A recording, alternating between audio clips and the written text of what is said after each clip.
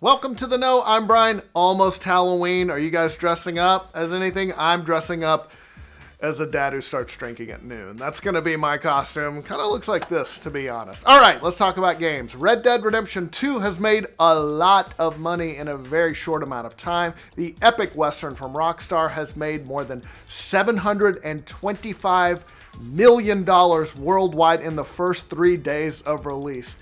Damn, that's a lot of money. That is second only to Grand Theft Auto 5, which made $1 billion in the same time frame. Now, given all the hype around this game, not a huge surprise. As for how it stacks up to other big releases, industry insider Daniel Ahmad tweeted that Black Ops 2, which was the fastest selling game in that franchise, made $500 million on day one.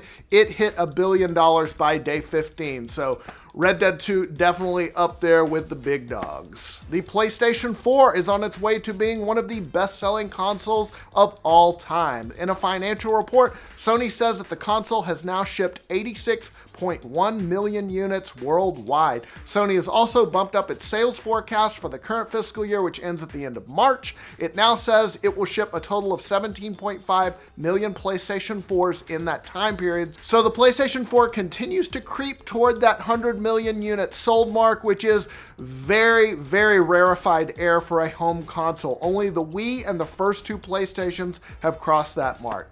So have the DS and the Game Boy/Game Boy Color. I know some of y'all are going to mention them, but those are handhelds. Sony also said it had more than 34 million PlayStation Plus subscribers as of the end of last month.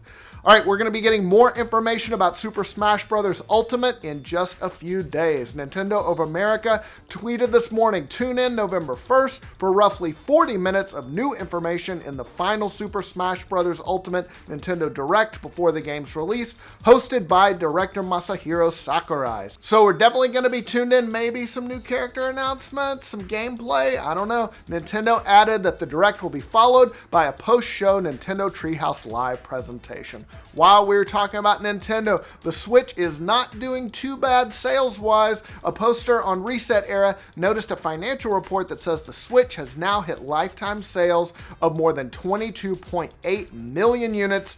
That means it's now sold more than the GameCube, which sold 21.7 million units during its lifetime. Keep in mind, the Switch has only been out for a little more than a year and a half, so pretty safe to say that that number is going to keep rising. As for the best-selling games on the Switch, not a huge surprise. Super Mario Odyssey is tops at 12.1 million units sold, then Mario Kart 8 Deluxe at 11.7, and Breath of the Wild at 10.2 million copies sold.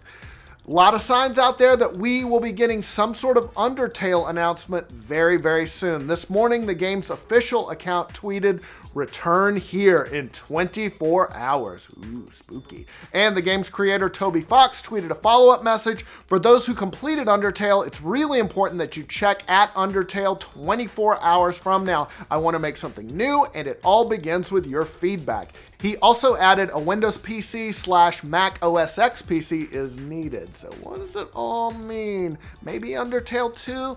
We'll know more tomorrow morning.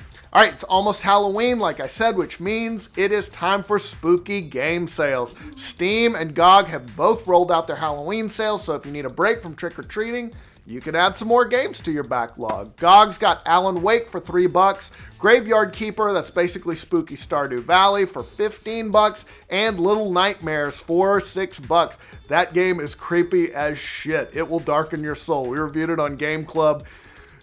It's weird. Steam's also got some scary games on sale. Vampires, $33.50. Darkest Dungeon is $7.50. All right, $7.49. Give me a break. Left 4 Dead 2 is just $2, so go get your scary game on. Dragon Quest Builders 2 is headed west next year. Yes, I love Dragon Quest Builders. Silicon Era reports that the sequel to the 2016 sandbox RPG, it's releasing in Japan in December this year for the PlayStation 4 and the Switch. That's because Dragon Quest is really popular over there, but according to a launch schedule from Square Enix, the game will release here next year, we assume, for the PS4 and the Switch also. In the meantime, if you've never played the first one, you should. It's really good. It's kind of like Minecraft half with an actual story. The sequel's going to add some multiplayer. That is going to be awesome. I can't wait.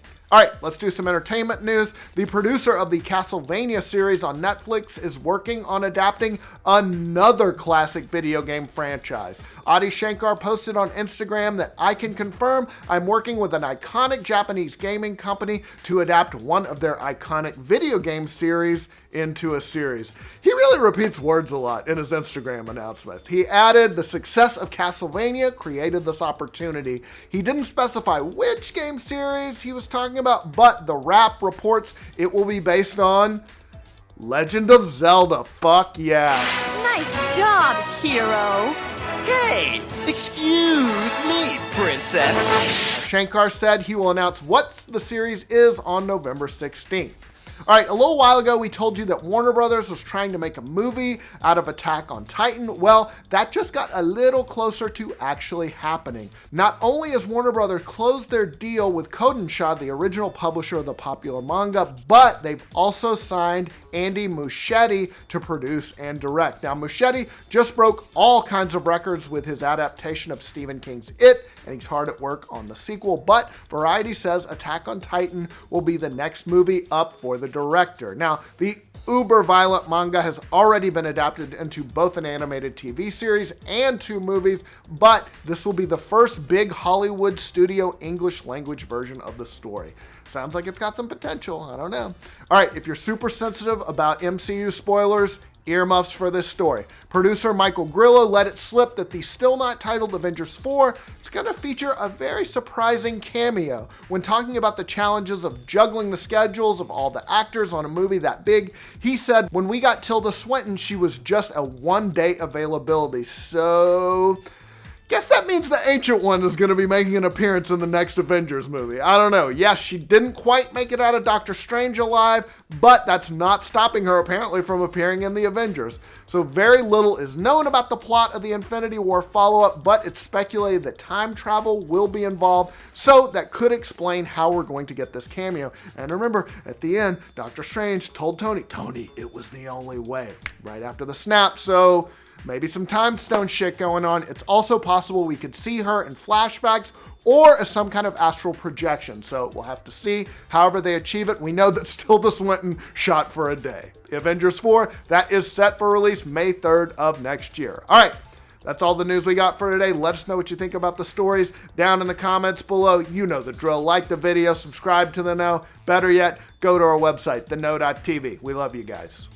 I was really hoping for a Kirby live-action movie. Who would you cast as Kirby? A young John Goodman, I would say. No, old John Goodman. Let's do it now. That'd be badass. A grizzled Kirby. Huh?